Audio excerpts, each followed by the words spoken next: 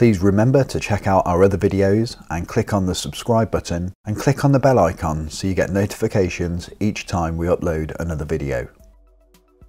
Welcome to the 2021 Vauxhall Mokka-e, which is the latest fully electric vehicle from the manufacturer and one of many more to be released in the coming years. Starting from a little over £30,000, it's not cheap, but historically Vauxhall have been known to offer great PCP and finance deals, so I'd expect to see you paying well under that. The WLTP range comes in at 205 miles, but I think that's optimistic. I'd really be looking at the 150 mile mark based on our test today. You'll have plenty of power too. The Mokka-e is quicker than all other available powertrains, and to 62 miles an hour is almost half a second quicker than the most powerful turbo petrol variant. In terms of looks, and I appreciate these as subjective, I think Vauxhall are right on the money here. Add the funky paintwork and it looks awesome. The launch edition that we're testing here today has matrix DRLs as part of its full LED package on the front, and this continues to the rear too, not an incandescent bulb to be found. The boot release isn't in an ideal location, especially if you're tall, but does offer some good load space. With the 60-40 split rear seats in the upright position, you have 310 litres. Drop them down and this increases to 1060 litres. We tried our normal buggy test and surprisingly it did fit, albeit with a bit of a squeeze. Sadly, there's no option for a spare. You'll have to take your chances with the inflation kit. Failing that, you do get free roadside assistance, so all is not lost. Charging is via a CCS socket located on the near side rear quarter panel, and you're kept up to date on the main screen with percentages and times. Keyless entry provides easy access, and inside you have standard manual reach and rake adjustment and fully manual seats both sides. Jumping into the back is no issue at Kate's height, but there is a clear gap between the seat base and her thigh. Again, for Kate, rear headroom was no issue. There's two easy to reach USBs for rear passengers, but we did find these a little slow to charge our devices. Drinks holders are in abundance, every door has a well-sized bin, and you can squeeze a small bottle under the driver's armrest. Into the glove box, you might get two in there if you're lucky. The dashboard layout is fantastic, very ergonomic, and gives the Mokka a real premium feel. The driver's TFT display is clear, can be configured and sits in an easy to read position.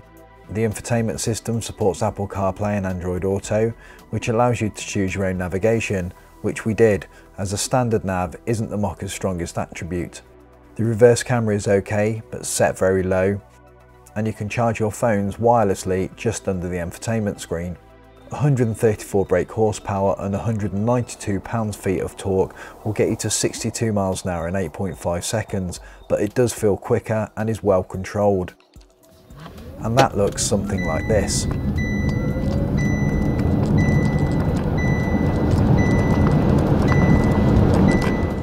Some clever aerodynamic engineering has been put into place here too. The rounded front panel and these side louvers have reduced the coefficient of drag, so we're hoping this reflects well in the vehicle's range. Hello and welcome to another episode, and welcome to the Vauxhall Mokka-e. So, what are your first thoughts? Because for me, I really like it. I don't know how they've made it so different to the Citroën and Peugeot. It seems to be in a sort of a league of its own in terms of everything. Yeah, like when we did the DS the other week, yeah, it was a grower, wasn't it? Yeah. Whereas this was kind of like an instant, it's really nice. It was, you know, it's just got something different about it. It has. It has. If we look out the front now, you can see all of the bonnet and there's a nice little crank in it. I think the colour enhances it as well. Yeah. It's a nice green and yeah, really liking that, the setup with the black A pillars, B pillars and C pillars. Sorry, Kate's got a bad neck again, you might have noticed. Yeah, because we saw it, didn't we, in white. There was white and green, and we got green, yeah, which I was quite pleased about. And it didn't look as good in the white. No. It looked nice, but this definitely has got something about it. I think that was the SRI spec. So okay. There's a couple of different specifications you can have. This is the launch edition, and I think this is my preference out of all of them. I think. Definitely. So when we look at the interior's got a nice big touch screen in the centre here, and then it's got a TFT driver's instrument display, which is all nicely placed. It's all easy to read. The sat nav and the layers that you go through aren't too intense, and they work all right, don't they? There's no real lag, not that I've noticed. No, it's one of those ones again where I think you get used to it quite quickly, and you end up navigating it fine. Bit like having a new phone. Yeah. Yeah. The interior, I think, is really nice. And I agree. This is what I don't quite understand with the Peugeot and the Citroens, which is so very, very similar. And Vauxhall have just taken that same powertrain and put their take on it and kept it completely Vauxhall. Yeah. And it differs in so many ways, and so many better ways, I think. It's not complicated. It's just a lot more simplistic. Yeah. Oh no, all those diamonds. I don't miss the diamonds. No, that was the Citroen, wasn't it? Yeah. The Citroen, or the DS, as people want to call it. But yeah, of the three, this is my favourite, without a shadow of a doubt. Me too. Without a shadow of a doubt. It's very similar ride to the DS. Yeah. In terms of, it's got a similar size profile tyres. In fact, I think they're exactly the same on this. And it's very comfortable. There's not much road noise. I mean, we're cruising along at just under 40 miles an hour now, and this feels very quiet and refined. It does, and even at 70, it was still the same. It was still felt really like comfortable and smooth, and just a really nice drive. I was passenger for a little bit earlier while James was driving, and I wouldn't have known we were doing 70. And I think that's a really good indication of how refined the car is. And I agree with you in that when we were doing 70, I turned to Kate and said, "That's 70." It was 72 miles an hour. Can I say that? It was 72 miles an hour, and it felt like we were doing 50. So, and it did it with ease, no problems at all. Yeah, definitely. And the one thing I noticed was when I did put my foot down and did a nice little fast acceleration, there was no snaking, there was nothing like that. It was really solid. Good. Sport mode. Yeah. So out of the three, the Peugeot, the Citroen and this, you'd have this. Oh, without a shadow of a doubt. Yeah, same. I wouldn't question it. I do love the looks of the E208, but I prefer this. Yeah. I do. I just... The E208 is quite aggressive looking and very sporty looking, and that's great, but this does it for me. Okay, so the battery is the same. It's a 50 kilowatt hour battery with a 45 kilowatt hour usable, and they're giving them a range of just every 200 miles WLTP. I think in the real world you can probably pull that back to about 155, 160. And I did a little bit of guesstimation. I think we were doing 3.4 miles per kilowatt hour. It's not a bad day today. It's quite nice conditions. So, but good enough. And and again, for people's daily needs, easily weekly needs, probably 2 weekly needs, in fact. Yes, yeah. It'll do the job. So onto charging, it's got up to 99 kilowatt DC rapid charging with CCS. Which is good. Which is good. It is, especially for your long journeys. So when people look at the range and they say, well, you know, it's going to do 150 miles, that's a good 2.5, 3 hours driving. Yeah. Then you stop and, what's that? I think it was 30 minutes to 80%. So if you can find a charger that's going to do 100 kilowatts, you're laughing, aren't you? Yeah. And home charging, you've got up to 11 kilowatts. So if you've got 3-phase, you're looking at under 5 hours.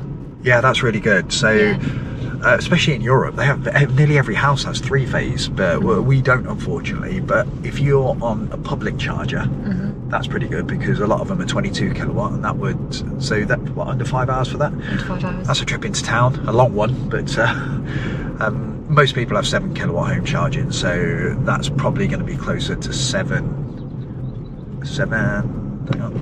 14, 21, 28, 35, 42, 49, 7 hours, yeah. But overnight?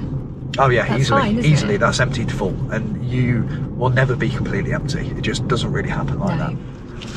So that's a Qashqai that's just gone past us now. And I was looking straight across into his driver's window. So I could see the bottom of his door though, so they are definitely bigger than us. They are bigger than us, but you've got a nice ride position, I think. Yeah. So, like you were talking about before with the DS, you know, you really enjoyed that position. Now you're getting older. Yeah. And getting in and out of it was nice and easy. Yeah. And I think this is similar. You feel nice and high up. What I'll do is I'll overlay a picture of it next to a Nissan Leaf for a comparison. Okay. There was a Nissan Leaf in the car park. Yeah, there was. I'll overlay it over that next to that so you can see it. Alright then, so we come back to that question. Would you have one? Yeah, I think I would. Do you know what? Out of the three, like you said, the Peugeot, the DS and this, I couldn't have been persuaded to have had the other two. But for some reason with this one, I think I could. As a second car, probably. It suits you though. It does suit you. When we were doing some driving around earlier on, I looked at you in it and thought, actually, it's a nice funky car. Yeah. And I wouldn't be embarrassed to turn up anywhere in this. No. I wouldn't. And not that I would with the Citroen or the Peugeot, but I mean, I'd be quite proud of it. Yeah, and I'd be quite, it's electric. Yeah, and I'd talk to people about it. I would, genuinely. I really, really am sold on it. Yeah. In a way that the others didn't do it for me. I've got to say, it's not often that we drive a car together where you say that. Yeah. And yeah, normally for you it's a grower, or there's things you like about it and there's things you don't, whereas with this, there isn't much I can say I really don't like. So there's 3 driving modes. There's eco, normal and sport. As we always tend to do, we are pretty much driving it in eco, but we have tested the other modes. It's also got a B mode, so obviously to increase your regen, which again we would always use. Yes. And regen, it's not too bad. Yeah. It's even we left with 99% state of charge actually, and it still had regen then. Yeah. Which was surprising because I seem to remember on the Corsa, which is weirdly it's Vauxhall, that had no regen at the higher state of charge, and this does. So onto the negatives, and there isn't many. A couple of these do cross over because it uses the same powertrain and electronics as the other vehicles, and one of them is the delay when you're starting and stopping it. It's the same on the Corsa, it's the same on the DS, it's the same on the Peugeot. That surely it's just a software thing, and they need to software that out because it's just a little bit too slow. Yeah, a little bit too slow. The one you picked up on was the reverse camera not turning off after you come out of reverse and start driving. It keeps the reverse camera on, which again is very likely software, which I'm sure they'll software out. And the third thing was the opening of the rear doors. They're just a little bit too shallow the way they open. Yeah. I'm not sure if they could have just put a slightly different check strap on there so they swung a little bit further, or if it would have impeded on the front doors, I'm not sure. But that's it, 3 things. And I think they've built a really, really nice Vauxhall, and it is a Vauxhall. Yeah. It's this doesn't make me think it's a Peugeot and a Citroen. It makes me think it's a Vauxhall, and it's nice. Really, really impressed by it. Well, I think we're done, aren't we? I think so. I think we've dissected it enough, and I hope that you can understand from our video, you can get an understanding for the way we feel about it, because I feel very strongly about this car. I really, really like it. Really like it. I do think it's another one of those cars where go and see it in the flesh, because in the video it didn't impress me that much. I liked it, but I wasn't like, I didn't like it as much as I liked it when I saw it. Yeah, that's a good shout. It's a good shout. Very well worth a test drive and to get it down the road and see. So thanks for watching. Don't forget to like and subscribe and follow us on Twitter @KatePhantom, and we'll see you again soon with another episode.